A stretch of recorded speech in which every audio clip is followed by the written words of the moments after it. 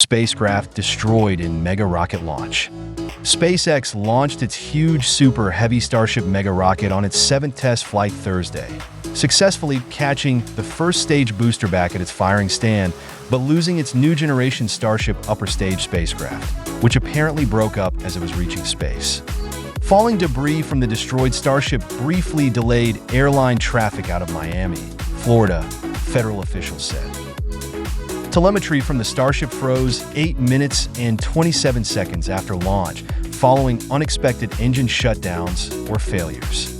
SpaceX later confirmed the ship's destruction in a posting on X, using a tongue-in-cheek description. Starship experienced a rapid, unscheduled disassembly during its ascent burn. Teams will continue to review data from today's flight test to better understand root cause. With a test like this, success comes from what we learn, and today's flight will help us improve Starship's reliability. We lost all communications with the ship, a SpaceX launch commentator said of the Starship. That is essentially telling us we had an anomaly with the upper stage. A moment later, he confirmed, we did lose the upper stage. The Federal Aviation Administration also reported that airline traffic at Miami International and Fort Lauderdale Hollywood International airports was delayed up to an hour due to what it described as a rocket launch anomaly. The FAA, in a statement, said it briefly slowed and diverted aircraft around the area where space vehicle delay was found. It said normal operations had resumed. The FAA is aware an anomaly occurred during the SpaceX Starship Flight 7 mission that launched from Boca Chica, Texas, on January 16th. The agency said in a follow-up statement, adding that it is assessing the operation. Video posted to social media and verified by CBS News showed debris from the Starship falling in the area of Turks and Caicos Islands in the Caribbean. SpaceX's billionaire owner Elon Musk later hinted at a possible cause, posting to his X platform. Preliminary indication is that we had an oxygen/fuel leak in the cavity above the ship engine firewall that was large enough to build pressure in excess of the vent capacity. Apart from obviously double-checking for leaks, we will add fire suppression to that volume and probably increase vent area. In a news release, SpaceX said that initial data indicates a fire developed in the aft section of the ship, leading to a rapid, unscheduled disassembly with debris falling into the Atlantic Ocean within the predefined hazard areas. SpaceX said that anyone who finds what they think is debris should call local authorities or the company's debris hotline at 1-866-623-0234. The gargantuan rocket blasted off from SpaceX's Boca Chica, Texas, manufacturing and flight test facility on the Gulf Coast at 5:37 p.m. Eastern Time, firing up 33 methane-burning Raptor engines, generating up to 16 million pounds of thrust. Gulping 40,000 pounds of propellant per second, the booster climbed away from its launch stand and gracefully arced over to the east atop a long jet of flaming exhaust visible for dozens of miles around. 2 minutes and 40 seconds after liftoff, the Super Heavy fell away and the Starship continued the climb to space on the power of its 6 Raptor engines. The booster, meanwhile, flipped around, reignited several engines to reverse course, and headed back toward Boca Chica, where the unique mechanical arms on the rocket's launch gantry were open and waiting. Plummeting tail first back to Earth, the Super Heavy reignited its engines, tilting as they steered it to the pad, and then settled straight down between the chopsticks, which smoothly closed to capture their quarry in midair. The first such catch last October was successful, a jaw-dropping sight to thousands of cheering residents and tourists. But the Super Heavy used for the next such flight a month later was diverted to a Gulf of Mexico splashdown because of launch damage to sensors on the tower that were needed to help guide the descending booster into position.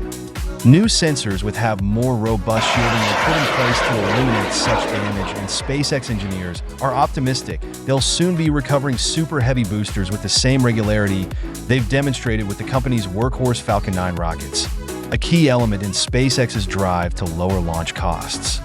In keeping with the reusability theme, the Super Heavy's 33 Raptor engines included one that flew on a previous test flight to demonstrate its ability to fly multiple missions. The bulk of the upgrades tested Thursday were built into what SpaceX called a new generation Starship. 2 minutes after the booster landed, the upper stage reached space. But the loss of telemetry left flight controllers in the dark about what might have happened in the final stages of the ascent. For these initial test flights, the Starships do not attempt to reach orbit. Instead, they loop halfway around the planet and descend belly first through a hellish blaze of atmospheric friction before flipping nose up for a tail-first, rocket-powered splashdown in the Indian Ocean. For Thursday's flight, major test objectives included restarting a Raptor engine in space and the deployment of 10 dummy Starlink mock-ups to test a new satellite delivery system that works a bit like a Pez candy dispenser. Starships are expected to launch thousands of Starlinks after the rocket is operational. Among the other upgrades were smaller stabilizing fins, repositioned to reduce their exposure to re-entry heating, an improved propulsion avionics system, redesigned fuel feed lines, and a 25% increase in propellant volume to improve performance. The redesigned avionics system includes a more powerful flight computer, new antennas that combine signals from Starlink and GPS navigation satellites, smart batteries, and power units to drive 24 high-voltage actuators and redesigned navigation sensors. SpaceX also added additional cameras, with more than 30 on board to provide direct views of critical systems, using operational Starlink satellites to stream real-time video and data to the ground. While the spacecraft is designed to be fully reusable, SpaceX has not yet made any attempts to capture a returning Starship or, for that matter, a Falcon 9 upper stage. But Thursday's test flight featured multiple experiments to test a variety of heat shield improvements, including metallic tiles and one with active cooling, along with dummy Starship catch fittings, to learn more about how they will respond to re-entry heating. This new year will be transformational for Starship, SpaceX said on its website, with the goal of bringing reuse of the entire system online and flying increasingly ambitious missions as we iterate towards being able to send humans and cargo to Earth orbit, the Moon, and Mars. Getting the super heavy Starship flying on a regular basis is critical to NASA's Artemis Moon program. NASA is paying SpaceX to develop a variant of the Starship upper stage to carry astronauts down to the lunar surface in the 2027 timeframe. To send a Starship to the Moon, SpaceX must first launch it to low Earth orbit, where a succession of other Starship tankers will have to rendezvous, dock, and autonomously refuel the moon-bound ship so it can blast out of Earth orbit and head for deep space. Astronauts launched in an Orion capsule atop NASA's Space Launch System rocket, then will rendezvous with the Starship in orbit around the Moon for the descent to the surface. NASA's contract requires one unpiloted lunar landing test flight before astronauts can be cleared to ride one down to the surface. The ongoing test program will determine when that might be possible.